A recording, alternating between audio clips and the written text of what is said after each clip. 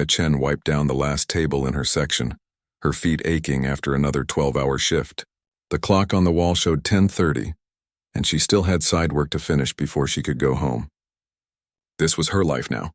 6 days a week at the Golden Terrace, one of Manhattan's most expensive restaurants where a single appetizer cost more than she made in tips on a slow night.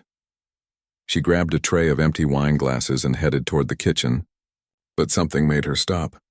The grand piano sat in the corner of the dining room, its black lacquer surface gleaming under the soft chandelier lights. Nobody ever played it. The owner kept it there for atmosphere, he said, to make the place look sophisticated. Maya set down her tray and walked over to the piano. Her fingers traced the smooth wood along its edge. She remembered a time when pianos weren't just decoration for her, they were everything. The scholarship to Juilliard, the competitions she'd won, the professors who said she had real potential. That felt like someone else's life now. Maya, "Table 12 needs water," her manager called out, snapping her back to reality. She hurried away from the piano, picking up a pitcher and heading to the main dining room. That's when she saw him walk in. Thomas Ashford didn't need an introduction. Everyone in New York knew his face. The tech billionaire had made his fortune before turning 35, and now at 42 he treated the city like his personal playground. Tabloids loved him. Business magazines put him on their covers. And restaurants like the Golden Terrace practically rolled out red carpets when he made a reservation. He swept in with 6 other people, all dressed in expensive suits and designer dresses. They were laughing loudly, already buzzed from wherever they'd been before.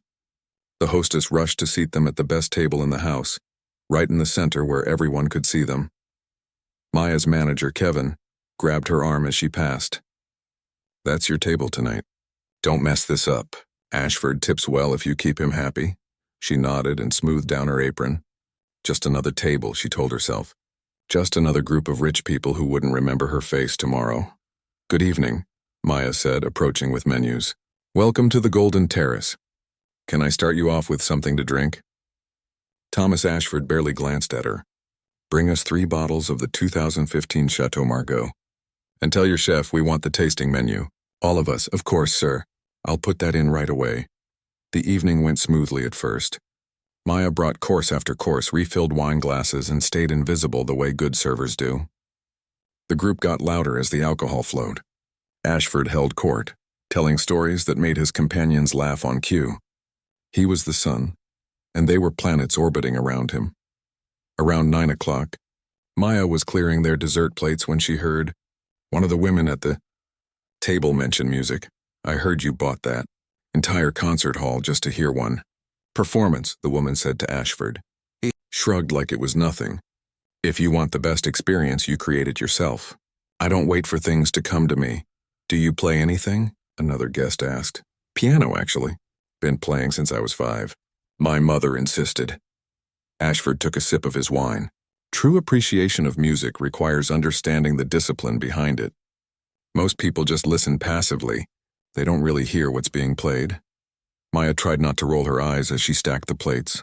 She'd heard this type of talk before. Rich people who took lessons as kids and thought it made them experts. She turned to leave, but her eyes drifted to the piano again. Just for a second. Just a glance, but Thomas Ashford noticed. "You," he said, pointing at her. "Our waitress. You keep looking at that piano." "Why?" Maya felt her face flush. "I'm sorry, sir. I didn't mean to—" "Do you play?" he interrupted. The whole table was looking at her now. She wanted to disappear. "I used to. A long time ago." Ashford's eyes lit up with something that looked like amusement but meaner. "Really? How interesting. Why don't you play something for us?" Maya's stomach dropped. "Oh, I couldn't. I haven't played in years and I'm working." "I insist." His tone changed. It wasn't friendly anymore. "We've spent thousands of dollars here tonight. Surely the staff can provide a little entertainment. Consider it part of the service."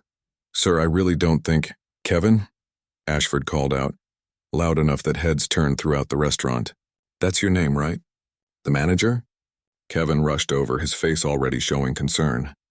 "Yes, Mr. Ashford, is everything all right? Your waitress here used to play piano. I'd love to hear a performance. You don't mind, do you?" Kevin looked at Maya, then back at Ashford. She could see him calculating. One of the richest men in New York was asking for something. What was a waitress compared to that? Of course not, Mr. Ashford. Maya, go ahead. But Kevin, it's fine, he said quietly, but his eyes said it wasn't a request. Maya felt like the floor was tilting. All around the dining room, other diners were watching now. Word had spread quickly. Thomas Ashford wanted the waitress to play piano. This was going to be a show. She walked to the piano on numb legs. Her hands were shaking. Behind her, she heard Ashford say something to his table, and they all laughed. She was a joke to them. Entertainment, a waitress who claimed she could play. Maya sat down on the bench and looked at the keys. They seemed foreign now, like tools she'd forgotten how to use. When was the last time she'd really played? 6 months ago? A year? She used to practice 4 hours every single day. Her younger brother Daniel was in his second year at State University. Pre-med. Their mother had died when Daniel was 12, and their father had passed 3 years ago. Everything Maya did was for Daniel now. The double shifts, the aching feet, the fake smiles. He was going to be a doctor. He was going to have the life their parents dreamed of, and she was going to play piano for drunk rich people who thought she was nothing. Maya placed her fingers on the keys. The ivory felt cool under her skin. Muscle memory was a strange thing. Her hands remembered even if her mind had tried to forget. She started with Mozart. Sonata No. 16 in C major, a piece every piano student learned. Simple, cheerful, safe. Her fingers moved through the notes, hitting most of them correctly. But there was no soul in it. She was just pressing keys, creating sounds that happened to be music. From behind her, she heard someone snicker. Then Ashford's voice cut through the room. Is that the best you can do? You said you used to play. That sounds like a middle school recital. Play something with feeling or don't waste our time. More laughter from his table. A few uncomfortable giggles from other diners who didn't know whether to join in or feel sorry for her. Maya's hands froze on the keys. Heat rushed to her face. Her throat felt tight. For 3 years, she'd swallowed her pride every single day. She'd smiled at rude customers, cleaned up messes, accepted whatever tips people felt like leaving. She'd made herself small and quiet and forgettable, but something cracked in that moment. Maybe it was exhaustion. Maybe it was shame. Or maybe it was just that she'd finally had enough of being invisible. She looked at the piano keys again. And this time she saw them differently. Maya's hand stayed on the keys, but she didn't move. Her mind was racing. Every part of her wanted to stand up, walk away, and tell Thomas Ashford exactly what she thought of him. But she needed this job. Daniel's tuition payment was due in 2 weeks. She'd already picked up every extra shift she could find. She took a breath and started playing again. This time she chose Chopin. Nocturne in E-flat major. It was prettier than the Mozart piece, more emotional. Her fingers found the melody and she let herself sink into it a little bit.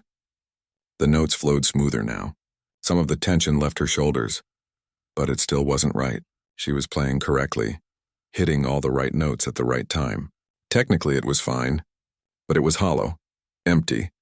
She was playing the way someone follows a recipe, measuring everything exactly but forgetting that cooking is supposed to be about love. Ashford took a long sip of his wine. Better, he announced to his table, loud enough for the whole room to hear. But still boring. You know what I think? I think she's one of those people who learned to play but never understood music. All technique, no passion. One of his friends laughed. Like karaoke singers who can hit the notes but have no soul. Exactly, Ashford said. It's the difference between someone who plays piano and someone who is a pianist. Our waitress here, she's just going through the motions. Maya felt something twist in her chest. Her fingers stumbled over a phrase and she had to restart the measure. That made it worse. Now she'd proved his point. She really was just a waitress who used to take piano lessons. But that wasn't true. She knew it wasn't true. 10 years ago, she'd sat in a practice room at Juilliard, working on a piece until her fingers cramped. Her professor had knocked on the door after midnight and found her still there. Maya, he'd said, you have something rare. Not just skill. You have the ability to make people feel what you're feeling through the music. Don't ever lose that.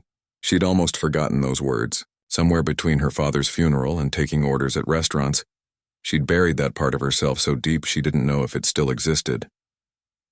The Chopin piece ended. There was polite applause from a few tables, the kind people do because they feel awkward. Ashford's table was quiet. One of the women looked uncomfortable, like she wanted to tell him to stop but didn't have the courage. Maya started to stand up. She'd done what they asked. Maybe now she could go back to work and pretend this never happened. "Wait," Ashford called out. "Where are you going?" "I didn't say you could stop." Kevin appeared beside the piano, practically wringing his hands. "Maya, just one more piece, please." She looked at her manager, then at Ashford, then at all the faces watching her. Some looked amused. Some looked pitying. A few looked away, embarrassed to be witnessing this. This was her life now, she thought. Playing piano on command for people who didn't respect her, working herself to exhaustion for barely enough money to survive. Always being told she wasn't good enough, wasn't trying hard enough, wasn't enough. The anger that had been building all night suddenly crystallized into something clear and cold. "Fine," she thought. "You want a performance? I'll give you one." Maya sat back down. She didn't choose another classical piece this time. Instead, her hands found a melody she'd written herself. It was from her last semester at Juilliard, before everything fell apart. She'd never performed it for anyone. Never even finished it, actually. The piece had always felt too personal, too raw. She'd called it unfinished in her notebook. A joke about her life, maybe, or a promise that someday she'd complete it. The opening notes were quiet. Almost hesitant, like someone trying to remember who they used to be. Her right hand carried a simple melody while her left hand added soft harmonies underneath. It sounded sad at first, the kind of sad that comes from losing something important. Maya closed her eyes. She wasn't in the restaurant anymore. She was 19 years old, sitting in a hospital room, holding her father's hand. He'd been a music teacher at a public school. Never made much money, but he'd saved everything he could for her Juilliard tuition. "You're going to be someone," he'd whispered in those final days. "Promise me you won't give up on your music," she'd promised. And then she'd broken that promise 6 months later when the medical bills came due, and Daniel still needed to finish high school. Her fingers pressed harder into the keys. The melody shifted. It wasn't just sad anymore. There was something else creeping in. Frustration, anger, years of swallowing her pride, of pretending she was fine, of watching other people chase their dreams while hers collected dust. The volume grew. Her hands moved faster across the keys, the left hand adding more complex rhythms while the right hand pushed the melody higher. She wasn't thinking about technique anymore. Wasn't thinking about playing correctly. She was just feeling and letting those feelings pour out through her fingers. Around her, the restaurant had gone completely quiet. She didn't notice. The music built like a wave gathering strength. All the exhaustion from double shifts. All the frustration of being invisible. All the grief she'd never properly dealt with. It all came flooding out. Her whole body moved with the music now, leaning into the louder passages, pulling back for the softer moments. And then something unexpected happened. The piece that had always been unfinished suddenly found its ending. Her hands knew where to go, even though she'd never written it down. The angry, frustrated melody began to transform. It didn't become happy, that would have been a lie. But it became something else, determined, strong. The music said, "I'm still here. You tried to break me, but I'm still here."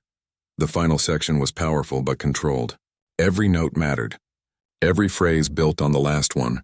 Her hands flew across the keys in cascading runs that sparkled like light breaking through clouds. Not because the darkness was gone, but because even in darkness there could be moments of beauty. The last chord rang out across the dining room. Maya held down the sustain pedal, letting the sound fill every corner of the space. Then slowly she lifted her hands from the keys. For a moment there was absolute silence. Maya opened her eyes. She'd forgotten where she was. The restaurant came back into focus. The chandeliers, the expensive tables, the faces staring at her. She stood up quickly, feeling exposed, vulnerable. She'd just shown these strangers something she'd barely shown herself. Then someone started clapping. It was an older man sitting near the window. He was on his feet, applauding. His wife joined him. Then the couple at the next table stood too. Within seconds, half the restaurant was on their feet. The applause grew louder and louder. Maya stood frozen by the piano, not understanding what was happening. She looked toward Ashford's table. The billionaire wasn't laughing anymore. He wasn't smirking or making jokes to his friends. He was staring at her with an expression she couldn't quite read. Shock, maybe. Or something like recognition. One of the women at his table had tears running down her face. She was clapping too, but she kept wiping her eyes. Kevin rushed over, his face flushed. Maya, I didn't know you could play like that. Why didn't you ever tell me? I tried to tell you I didn't want to play, she said quietly.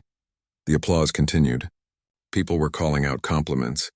A few were taking out their phones, probably to look her up online. They wouldn't find anything. She'd deleted her social media years ago.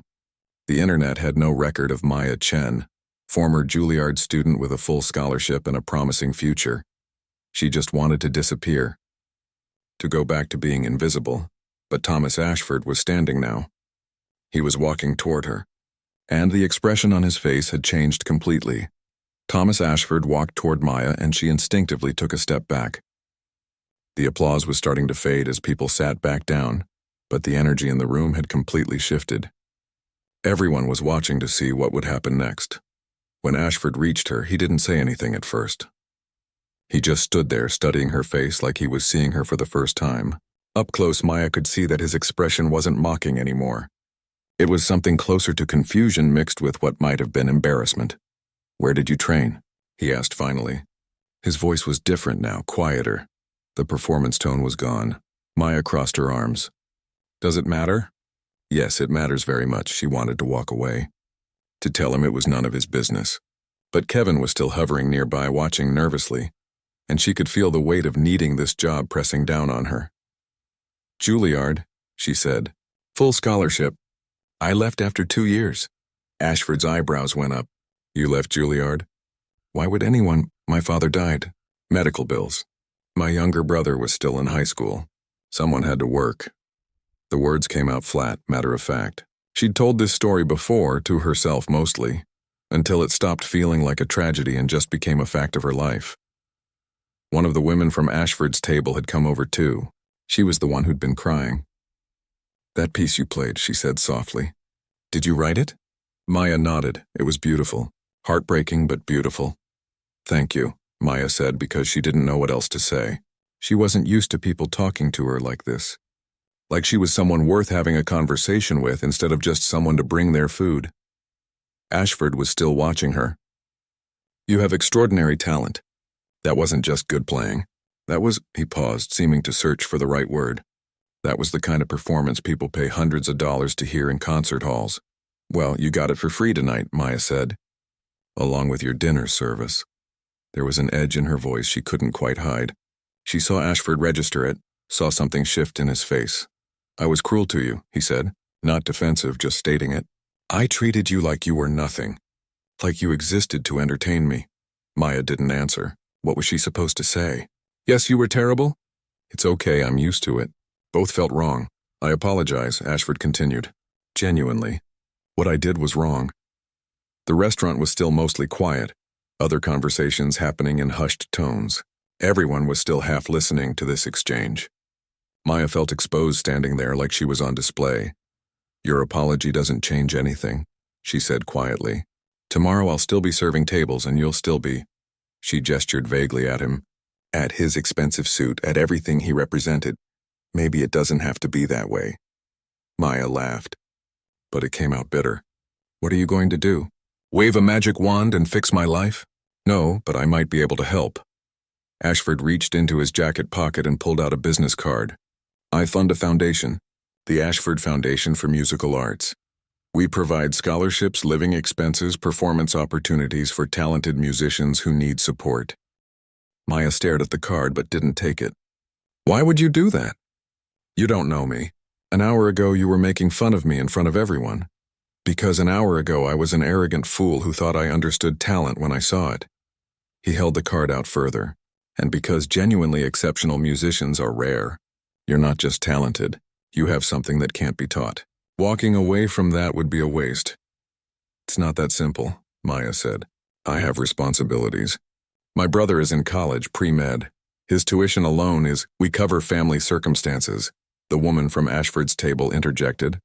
She'd pulled out her phone and was typing. I'm on the foundation's board. Let me look something up. What's your brother studying? Medicine. He's at State University, 2nd year. The woman's fingers flew across her screen. We have a program for that. If you're accepted into our fellowship, we provide full financial support. Not just for you, but for dependent family members pursuing education. Your brother's tuition would be covered. Room and board, books, all of it. Maya felt dizzy. This couldn't be real. Things like this didn't happen to people like her. Why would you do that? Because investing in one talented person often means investing in their entire family, the woman said. She smiled, and it seemed genuine. My name is Diana Wu. I was a violinist before I went into business. The foundation gave me my start 20 years ago. Now I try to pass that forward. Ashford was still holding out his card. At least think about it. Come to the foundation offices. Let us hear you play properly in a real audition setting. If the board agrees that you're right for the program, we move forward. If not, nothing lost. Maya finally took the card. It was heavy stock, expensive. The kind of card that whispered money even before you read what was on it. I don't understand. You humiliated me tonight. Why are you being nice now? Because I heard you play, Ashford said simply. Really play, I mean. Not the Mozart or the Chopin. Anyone with good training can perform those pieces competently. But that original composition, that came from somewhere real, somewhere honest. And that's the difference between someone who plays notes and someone who creates music. He paused, and for the first time since he'd walked into the restaurant, he looked uncomfortable, vulnerable even. My mother was a concert pianist, he said, one of the best of her generation. She gave it up when she married my father. He didn't think it was appropriate for his wife to have a career. She taught me to play when I was young, but there was always this sadness in her when she sat at the piano, like she was visiting a life she'd lost. Ashford looked away toward the piano in the corner. She died when I was 16. Heart attack, sudden. And I remember thinking that she'd spent 30 years of her life being less than she could have been because someone convinced her that was the right thing to do, the responsible thing. He looked back at Maya. When I heard you play tonight, I heard that same thing. Enormous talent being buried under responsibility and sacrifice. And I thought about my mother and how she never got a second chance. Maya felt her throat tighten. She didn't want to cry in front of these people, in front of the whole restaurant, but the emotions were too close to the surface. I need to think about this, she managed to say. Of course, Diana said. Take all the time you need. The card has our website and contact information. The next round of auditions is in 3 weeks. If you want to apply, we can fast-track your application. Kevin cleared his throat. He'd been standing there the whole time, probably not sure whether to interrupt or not. Maya, why don't you take the rest of the night off? I'll have someone else close your section. It was the first kind thing he'd said to her all evening, maybe ever. Thank you, Maya said quietly. She turned to leave, desperate to get out of the restaurant to process everything that had just happened, but Ashford's voice stopped her. Maya, she looked back. That piece you played, unfinished, you called it in your mind, didn't you? She froze. How did you? Because that's what it sounded like. A piece searching for its ending. And you found it tonight? He smiled, and this time it wasn't smug or superior. It was almost sad.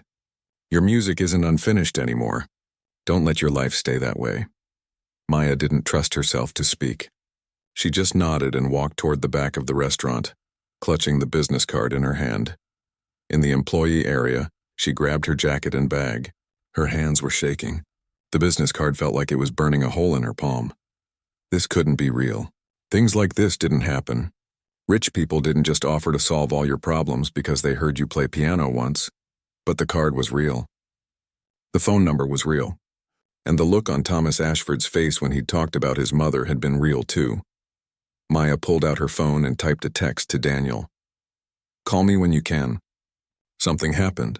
Something weird and possibly amazing. I don't even know how to explain it. Then she walked out into the night air, not sure if her life had just changed forever or if she was about to wake up from a very strange dream. Maya sat on the subway, staring at the business card. The train rattled through the tunnel, and the fluorescent lights flickered overhead. Around her, tired people headed home from late shifts, their faces blank with exhaustion. A week ago, she'd been one of them. Just another invisible person trying to survive in an expensive city. Now she had a business card from a billionaire in her pocket, and a decision that terrified her. Her phone buzzed. Daniel calling back. Hey, she answered. You got my message? Yeah, what's going on? You sounded weird. Her brother's voice was concerned. Are you okay? I don't know. Something happened at work tonight. Something really strange. She told him the whole story. The humiliation, the performance, Thomas Ashford's offer. When she finished, there was silence on the other end. Daniel, you still there? I'm here. Maya, this sounds incredible. Why do you sound so worried? Because it sounds too good to be true. Things like this don't just happen. Maybe they do sometimes, Daniel said. Maybe this is your chance to get back what you gave up. I gave it up for you, Maya said quietly. For us, so you could finish school. I know, and I've always felt guilty about that. She heard him take a breath. You were supposed to be a famous pianist, and instead you're working yourself to death at a restaurant because of me. It's not because of you. It's because Dad died and life happened and we did what we had to do. But what if you don't have to anymore? Daniel's voice got more animated. What if this foundation thing is real? What if you could actually go back to music and I could finish school and we could both stop just surviving? Maya closed her eyes. I'm scared. Of what? Of hoping. Of thinking this might work and then having it fall apart. Of being that person who plays piano in restaurants again, trying to hold on to something that's already gone. You're not that person, Daniel said firmly. You never were. I heard you practice when I was a kid before Dad got sick. You were incredible. That doesn't just disappear. The subway screeched into her station. Maya stood up, gripping the pole. I have to go. I'll call you tomorrow, okay? Maya, just promise me you'll at least check it out. Just see if it's real. I promise. She hung up and climbed the stairs to street level. Her apartment was 3 blocks away, in a building with broken buzzers and a landlord who never fixed anything. Home. That night she barely slept. Every time she closed her eyes, she heard the music. Her music. The piece she'd played in the restaurant kept running through her head, complete now in a way it had never been before. The next morning, Maya sat at her kitchen table with her laptop and looked up the Ashford Foundation for Musical Arts. It was real. Very real. The website showed dozens of success stories, musicians who'd gone on to play in major orchestras, win competitions, release albums. All of them talked about how the foundation had given them a second chance. There were videos, too. Performances from fellowship recipients. She clicked on one and watched a young cellist perform at Lincoln Center. The guy couldn't have been more than 25. In his bio, it said he'd been working construction when the foundation found him. Maya clicked on another video. A jazz singer who'd been a single mom working 3 jobs. Another showed a classical guitarist who'd given up music to take care of his sick parents. They were all like her, talented people who'd had to choose between their art and survival. And somehow the foundation had given them both. She found Diana Wu's profile on the board of directors page. Everything Ashford had said was true. Diana had been a violinist, got her start through the foundation, and now ran a successful investment firm while serving on multiple arts boards. Maya picked up the business card again. The office address was in Midtown, walking distance from the restaurant, actually. She could just go. Talk to someone. See if this was actually real or some weird trick. Her phone rang. Kevin from work. Maya, hey. Listen, about last night. Am I fired? She asked. What? No, the opposite, actually. Mr. Ashford called this morning. Left a very generous tip for you. $5,000. Maya nearly dropped the phone. $5,000? Yeah, and he asked me to give you time off if you needed it. Said something about an audition? Kevin sounded confused. What's going on? I don't know yet, Maya said honestly. Can I have tomorrow off? Sure, take 2 days if you need them. And Maya, I'm sorry about last night. I shouldn't have made you play. That was wrong.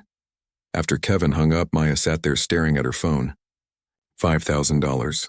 That would cover Daniel's next tuition payment and have some left over.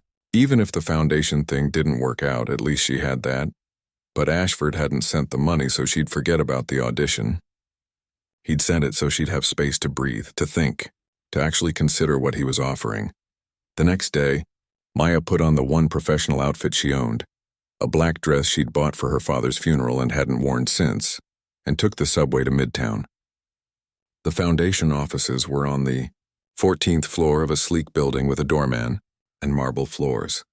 She almost turned around 3 times before she finally walked through the revolving door. The elevator ride up felt like it took forever. When the doors opened, she saw the foundation's name on a glass wall. Behind it, she could hear music playing. Someone practicing violin. The receptionist smiled when Maya approached. "Can I help you?" "I'm Maya Chen. I wanted to ask about the fellowship program." "Oh yes, Ms. Wu said you might come by." "Let me get her." 5 minutes later, Diana appeared. She looked different than she had in the restaurant. More relaxed. She wore jeans and a sweater instead of the designer dress from before. "Maya, I'm so glad you came. Come on back." Diana led her through a hallway lined with practice rooms. Maya could see musicians inside working on their instruments. A woman around her age was playing flute. A teenager was at a piano, repeating the same passage over and over. "This is where our fellowship recipients practice," Diana explained. "We have rooms available 24/7. Some of our people work day jobs, so they practice at night." They reached Diana's office. It was nice but not showy. There were photos on the walls of various performances, musicians of all ages. "So," Diana said, settling into her chair and gesturing for Maya to sit. "Tell me your story. Not the short version you gave last night. The real version." Maya talked for almost an hour. About Juilliard, about her father's death, about Daniel and the decision to leave school. About the last 3 years of double shifts and exhaustion. About how she'd tried to tell herself she was fine, that she didn't miss music, that this was just how life worked out sometimes. Diana listened without interrupting. When Maya finally stopped talking, Diana was quiet for a moment. "You know what I hear in your story?" Diana said finally. "Sacrifice, love, responsibility, all good things. But you know what I don't hear? Regret. You don't regret helping your brother. You regret losing yourself in the process." Maya felt tears prick her eyes. "Yeah, that's exactly it. The foundation can't give you back those 3 years," Diana said. "But we can give you a future. If you're accepted, and I think you will be, you'll get a full fellowship. That includes a living stipend, practice space, performance opportunities, and professional development. Your brother's education costs would be covered through our family support program." "What's the catch?" Maya asked. "There has to be a catch," Diana smiled. "The catch is you have to work hard. This isn't a handout. It's an investment. We expect our fellows to practice, to grow, to push themselves. Some people can't handle it. They've been away from music too long or they've lost the drive. But I don't think that's you. How do you know? Because of what you played the other night. That piece wasn't technically perfect. There were moments where your hands hesitated, where the years away from piano showed. But the emotion was there. The soul was there. And that's harder to teach than technique." Diana pulled out a folder. "The audition is in 2 weeks. You'll need to prepare 3 pieces. 1 Baroque, 1 Romantic period, and 1 piece of your own choosing. Can be original or someone else's work. You'll perform for a panel of 5 judges, including me and Thomas Ashford." Maya's stomach dropped. "Ashford will be there? He sits on all fellowship auditions. Is that a problem?" "I don't know. Maybe. He's the one who humiliated me in the first place. He's also the one who recognized your talent and is giving you this opportunity," Diana pointed out gently. "People can be both things at once. Flawed and generous, cruel and kind. What matters is what they do to make things right." Maya took the folder. Inside were audition guidelines, practice schedules, and a list of recommended pieces. 2 weeks, she said. 2 weeks. Think you can be ready? Maya thought about the piano in her tiny apartment, the one she'd bought second-hand 5 years ago and barely touched. She thought about the music still inside her, waiting to come out. She thought about Daniel and her father and the promise she'd made. "Yeah," she said, "I can be ready." Diana stood and extended her hand. "Then I'll see you at the audition, Maya Chen. Don't let us down." "I won't," Maya said, and for the first time in 3 years, she actually believed it. The 2 weeks passed in a blur. Maya requested time off from the restaurant, using some of the money Ashford had sent to cover her lost wages. Every morning she woke up at 6 and practiced until her fingers ached. Then she'd take a break, eat something, and practice again until midnight. Her tiny apartment became a music studio. The neighbors complained about the noise at first until she explained what was happening. After that, the elderly woman next door started leaving encouraging notes under her door. "Sounding beautiful today," one said. Another read, "You've got this." Daniel called every night to check on her. "How's it going?" "I don't know," Maya said honestly. "Some days I feel ready. Other days I feel like I've forgotten everything I ever knew. That's normal though, right? You're basically relearning your whole career in 2 weeks. Yeah, but what if it's not enough? What if I get in there and freeze up like I did in the restaurant? You won't, Daniel said with confidence she wished she felt. Because this time it's different. This time you're playing for yourself, not for some jerk trying to humiliate you. The night before the audition, Maya couldn't sleep. She lay in bed, running through the pieces in her mind. Bach's Prelude and Fugue in C major for Baroque, Rachmaninoff's Prelude in G minor for Romantic, and for her personal choice, she'd decided on the piece she'd played at the restaurant, the one she'd finally finished. She'd given it a proper name now, Still Here. At 7 in the morning, she got up and made coffee with shaking hands. She put on the same black dress from her first visit to the foundation, then changed into pants and a blouse, then changed back to the dress. Nothing felt right. Finally, she settled on a simple navy dress that her father had bought her for her first Juilliard recital. She'd kept it all these years, even though it was out of style. Wearing it felt like bringing him with her.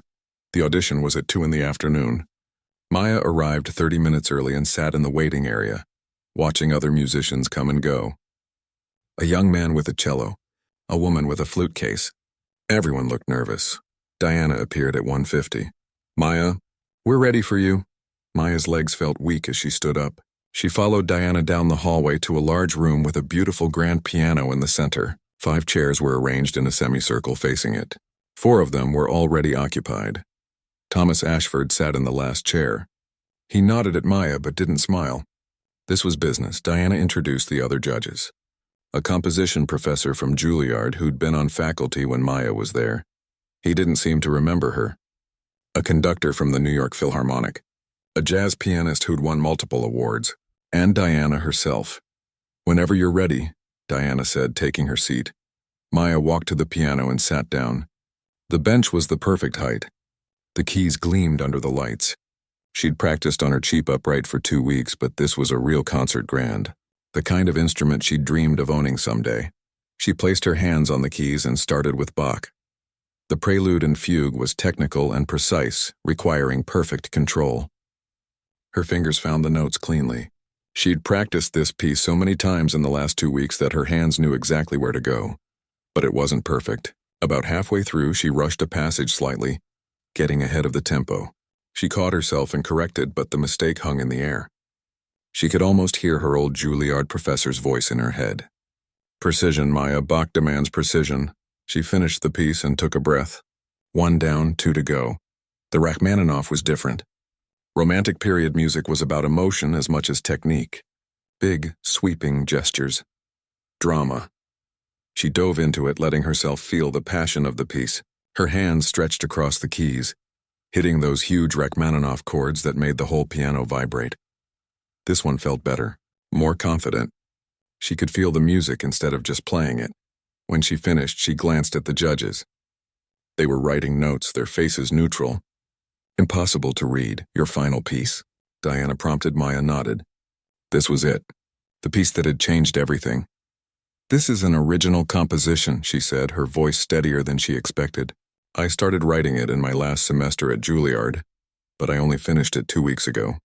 It's called Still Here. She saw Ashford sit up a little straighter. Maya closed her eyes and began to play.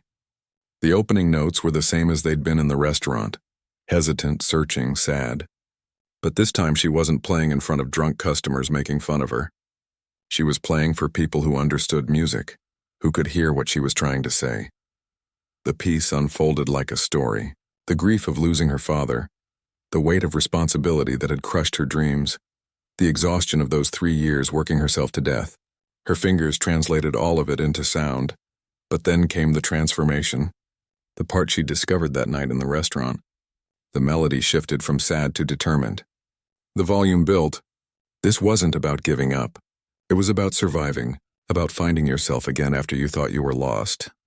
The final section soared. Maya's whole body moved with the music, leaning into the powerful passages, pulling back for the gentle moments. She wasn't thinking about technique or impressing the judges. She was just being honest. The last chord rang out across the room.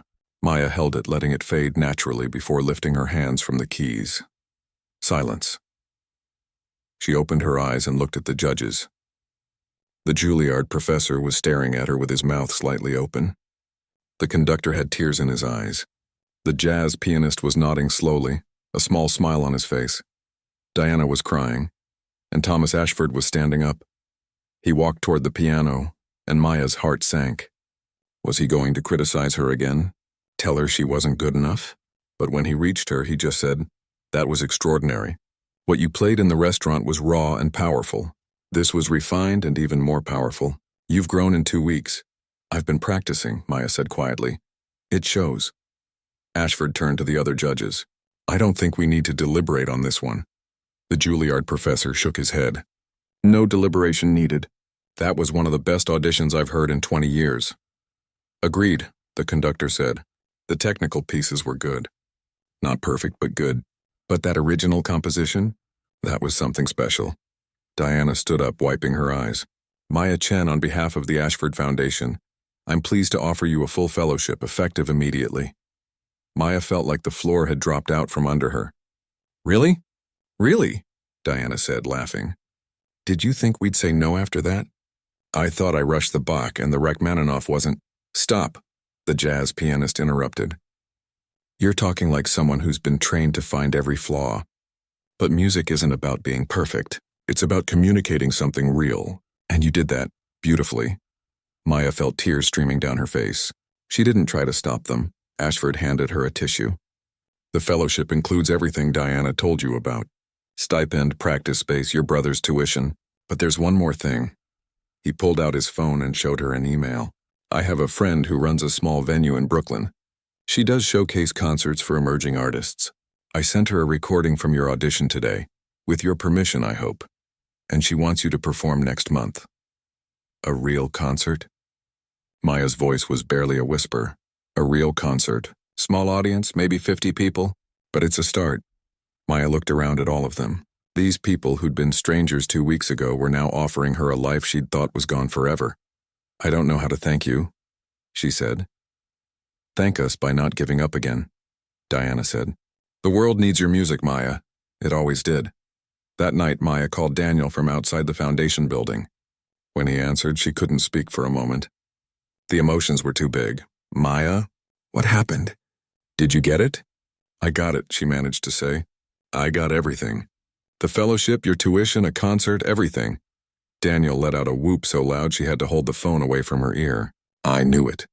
I knew you could do it." "I almost didn't try," Maya said. "I almost just threw away that business card and went back to my life." "But you didn't." "No, I didn't." She looked up at the building, at the lights in the practice rooms where other musicians were working on their dreams. Soon that would be her too. Not a waitress who used to play piano, but a pianist who'd found her way back. 3 months later, Maya stood backstage at the Brooklyn venue, waiting to perform her first real concert in 4 years. Her hands were shaking, but it was different than before. This wasn't fear. It was excitement. Daniel was in the audience. So was Diana. And in the back row, trying to be inconspicuous, was Thomas Ashford. The stage manager gave her the signal. Maya walked out to the piano, sat down, and looked at the faces watching her. 50 people who'd paid to hear her play. People who didn't know her story or care about where she'd come from. They were just here for the music. She placed her hands on the keys and began to play Still Here. And for the first time in 4 years, Maya Chen felt like she was exactly where she was supposed to be.